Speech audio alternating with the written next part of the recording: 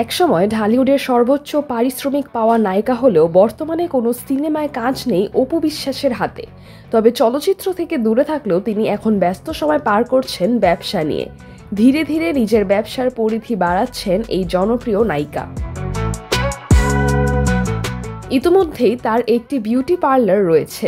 কয়েকদিন আগে এক সাক্ষাৎকারে অপু বিশ্বাস জানান, জীবনের এক সময় আর্থিক সংকটে পড়তে হয়েছিল তাকে, তবে এখন সেই অবস্থা অনেকটাই বদলেছে। সম্প্রতি গুঞ্জন ছড়ায় আলোচিত টিকটকার প্রিন্স মামুনের প্রিন্স কাট সেলুনটি কিনে নিয়েছেন অপু বিশ্বাস।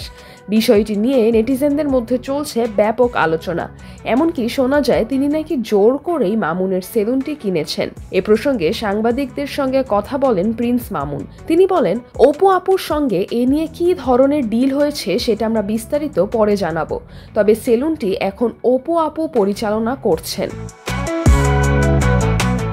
তবে কত টাকায় সেলুনটির মালিকানা নিয়েছেন অপু বিশ্বাস সেটি এখনও জানা যায়নি। এরপর বিষয়টি নিয়ে নিজেই মুখ খোলেন অপু বিশ্বাস। তিনি বলেন, যখন কোনো কিছু বিক্রি হয়ে যায় তখন সেটি তারই হয়ে যায়। সেলুন পরিচালনায় তিনি একা নন, জানালেন আরও 2 সঙ্গীর নাম।